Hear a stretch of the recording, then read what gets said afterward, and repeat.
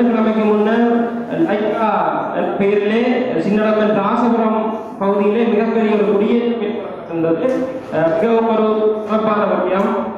எங்களுடைய மக்களுக்காக அந்த வீடுகள் கட்டப்பட்டு பூந்தோட்டத்திலே இருந்து மக்கள் கொண்டு வரப்பட்டு அந்த மக்கள் குடியமற்றப்பட்டிருந்தார்கள்.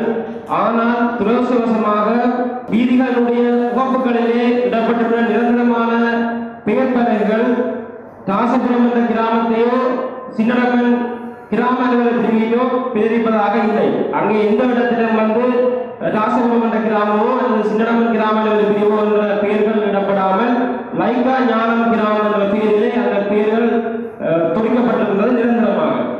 பிரதேச சபை செயலாளருடன் கேட்டபோது அவரிடம் எந்தவித அனுமதியும் பெறப்படவில்லை. பிரதான வீதிகளில் ஏனையிலே விடப்பட்டிருக்கின்ற அந்த பெயர் பலகைகள் ஆர்டிகள் மூலம் அனுமதிப்பட்டிருக்க வேண்டும், ஆர்டி மூலம் அனுமதிப்பட்டிருக்கவில்லை.